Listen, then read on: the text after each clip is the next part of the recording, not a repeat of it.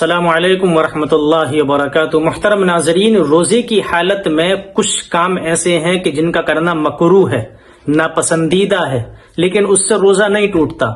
پہلا کام ہے روزے کی حالت میں منہ میں تھوک جمع کرنا، پھر اسے نگل لینا۔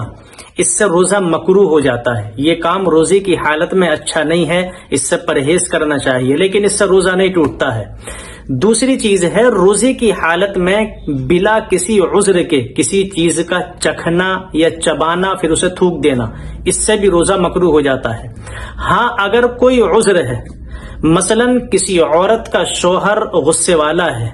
اس عورت کو پتا ہے کہ اگر کھانے میں کچھ کمی رہ گئی، نمک مرچ زیادہ ہو گئی یا کچھ اور کمی کھانے میں رہ گئی تو میرا شوہر مجھ پر بہت غصہ ہوگا، تو ایسی عورت کو کھانا پکاتے وقت کھانے کو زبان سے چکھنے کی اجازت ہے۔ اسے چکھے اور اس کے بعد تھوک دے۔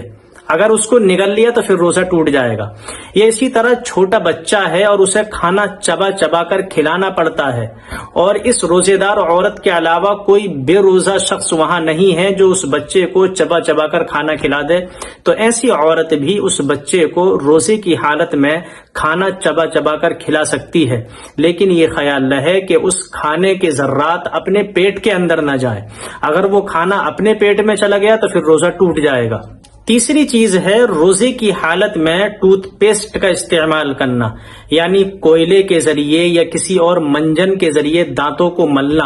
یا عورت کا روزے کی حالت میں ایسی سرخی لگانا کہ جس کے پیٹ میں چلے جانے کا خطرہ ہے اور ڈر ہے، یہ چیز بھی روزے کی حالت میں مکروہ ہے۔ چوتھی چیز ہے روزے کی حالت میں بیوی سے دل لگی کرنا،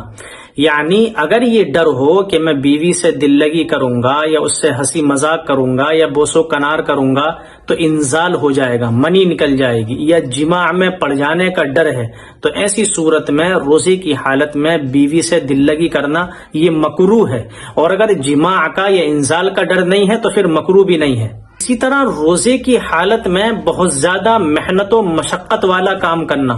تھکا دینے والا کام کرنا، یعنی ایسا کام کرنا کہ آدمی بعد میں تھک کر چور ہو جائے اور روزہ توڑنے پر مجبور ہو جائے، تو اتنی محنت و مشقت والا کام کرنا بھی روزے کی حالت میں مکروہ ہے، چاہے وہ مرد کرے یا عورت کرے۔ اسی طریقے سے روزے کی حالت میں ناک میں پانی ڈالنے یا کلی کرنے میں مبالغے سے کام لینا، یعنی ناک میں پانی ڈال رہا ہے اور خوب اندر تک اس کو چڑھا رہا ہے، یہ اسی طریقے سے کلی کر رہا ہے اور خوب اس میں غرارہ کر رہا ہے، تو یہ بھی روزے کی حالت میں مکروہ ہے۔